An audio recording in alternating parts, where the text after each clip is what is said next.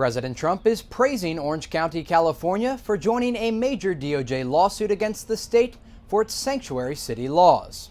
The president taking to Twitter Wednesday to weigh in on the county voting 3-0 to push back against a law that limits the ability of authorities in immigration cases. President Trump tweeting, quote, "My administration stands in solidarity with the brave citizens in Orange County defending their rights against California's illegal and unconstitutional sanctuary policies. California's sanctuary laws release known dangerous criminals into communities across the state.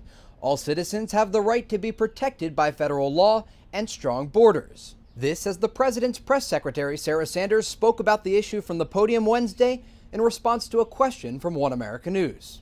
On sanctuary cities, following the president's tweets today, is he encouraging other cities or counties to join this larger DOJ lawsuit against the state of California?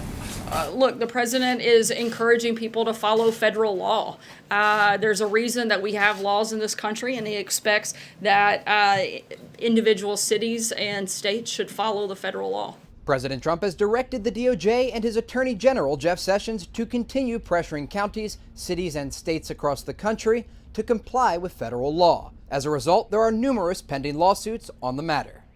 As these lawsuits continue regarding sanctuary policies here in the United States, senior officials say President Trump is expected to use this very issue in his comments ahead of the 2018 midterm elections. From the White House, Trey Yingst, One America News. Welcome back to One America News. We have some breaking news. Just moments ago, President Trump spoke exclusively to One America News about an announcement that he's prepared to make. We want to go right back to the White House and Trey Yingst with the latest. Trey, what can you tell us? Well, that's right. Breaking news tonight here at the White House. President Trump tells me that South Korea will have a major announcement at 7 p.m. The president went on to say that he has spoken today with South Korean President Moon. This announcement expected to be regarding North Korea's nuclear program. Today, South Korean officials were here at the White House briefing the Trump administration on talks that have taken place in the past few days regarding denuclearization of the Korean Peninsula. I want to give you a little bit about the backstory about how all of this happened. A very uncommon occurrence for the president to visit the briefing room here at the White House. President Trump, joined by Vice President Mike Pence, peeked his head into the briefing room. I happened to be standing there, walked over, shook his hand and said, "Mr. President, what brings you here today?" He said, "South Korea will be making a major announcement at 7 p.m. I went on to ask him who would be there or who he had spoken with today, and he said he had spoken with everyone. I did ask specifically about South Korean President Moon. This an unprecedented move by the president, actually visiting the James Brady briefing room, but this coming on the heels of statements by the vice president and the president regarding North Korea, saying that the United States is not going to change its posture regarding the North Koreans despite the progress that has been made in these talks. They are looking for serious steps towards denuclearization, and they are unwilling to accept any lessening of tensions in the region unless they see physical steps that indicate that the regime of Kim Jong-un in Pyongyang is taking significant steps to denuclearize there on the Korean Peninsula. And Trey, should we expect anything else from the White House? What else were you able to gather from the president before he made his way out? So following these comments by the president, I did go up and speak with Press Secretary Sarah Sanders in her office. She said the White House will be releasing a statement on this shortly. We are still not sure why the president decided to come down to the James Brady briefing room. But following those remarks by the president, we did share that information here with One America News and our producers. And again, we do bring that to you exclusively here on One America News. The president telling us tonight from the White House that South Korea is expected to make that announcement at 7 p.m. And additionally, he has spoken with South Korean leadership regarding this very issue.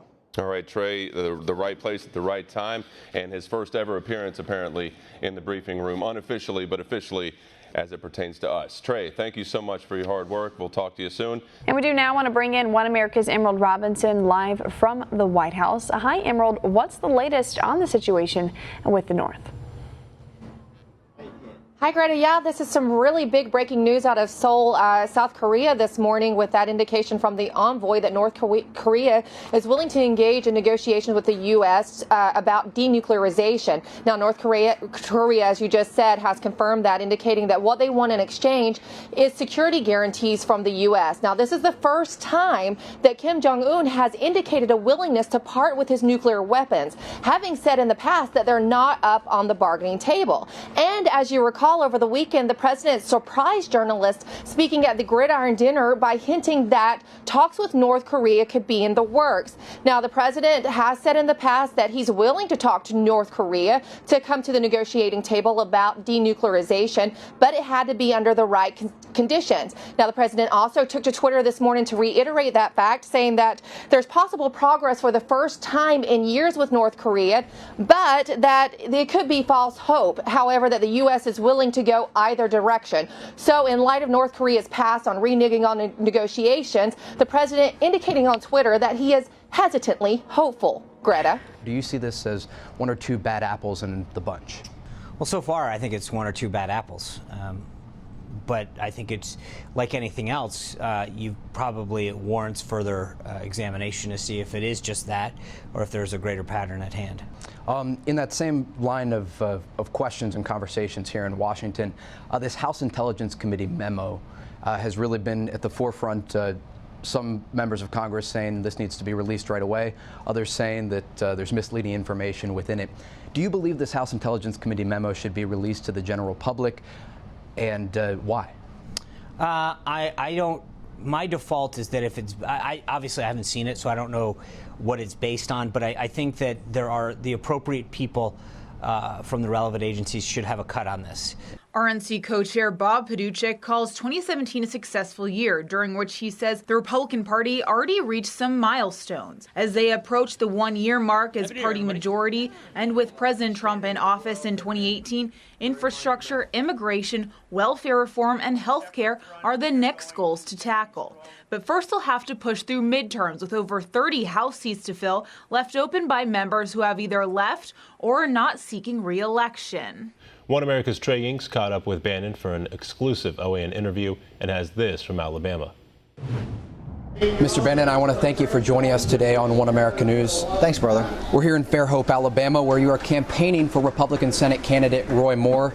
I'd like to start by asking you, amid allegations of sexual misconduct and a battle on the issues here in Alabama, why are you supporting Judge Roy Moore? Well, I think Judge Roy Moore supports the president's agenda. I mean, President Trump came out this week and said that. He says, look, Roy Moore supports everything I stand for, from tax cuts to guns to trade to situation on the border. Right, and Doug Jones doesn't. Doug Jones is a radical progressive, and it's pretty clear. So I think President Trump is 100% back. And by the way, Mitch McConnell and all the Republican establishment, the RNC, everybody, they said let the people of Alabama decide. I'm not from Alabama. I'm from Virginia. I came here to show my support for General Moore and just for Judge Moore and just kind of lay out a few facts about the case. And so I think by the way, what Mitch McConnell's saying, what the president's saying, let the folks in Alabama decide. I've been through 10 campaigns for president. When somebody you know comes to you and says, I have proof of malfeasance on the part of your opponent, and you don't wish to examine it, well, then you're not doing your job. There's nothing improper or illegal about such a meeting. I agree with the view of the president. This is a witch hunt, a myth, a fairy tale, a canard.